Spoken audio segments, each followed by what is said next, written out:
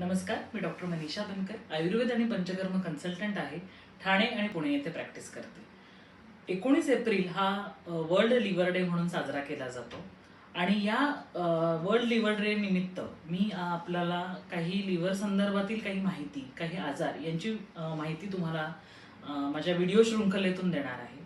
So पहिला आजार आपण आज पाहूया, तो हिपॅटायटिस. हिपॅटायटिस म्हणजे इन्फ्लमेशन ऑफ लिव्हर. तर हा विविध व्हायरसेसमुळे हा आजार होतो. जसं हिपॅटायटिस ए, हिपॅटायटिस बी, सी, डी, ई हे असे विविध प्रकारचे हिपॅटायटिसचे प्रकार आहेत. यांमुळे हिपॅटायटिस हा आजार होतो. त्याचबरोबर काही ऑटो इम्युन डिझिजेसमुळे सुद्धा इन्फ्लुएन्स झाल्याने सुद्धा लिव्हरला ताण येऊ शकतो. काही मेडिकेशन्स जर आपण हेवी घेत असू तर त्यावेळेला सुद्धा हिपॅटायटिसचा त्रास होऊ शकतो. हेवी अल्कोहोल अब्यूज जर असेल तर सुद्धा आपलं लिव्हर हे खराब होऊ शकतं.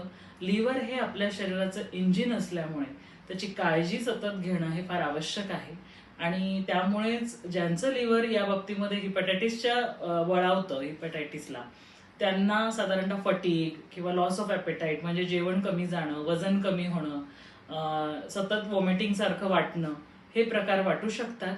सो असं हे हिपॅटायटिसमध्ये घडतं आणि असं आपल्याला घडू नये असं जर वाटत असेल तर आपण आपल्या लिव्हरची नक्कीच काळजी घेतली पाहिजे.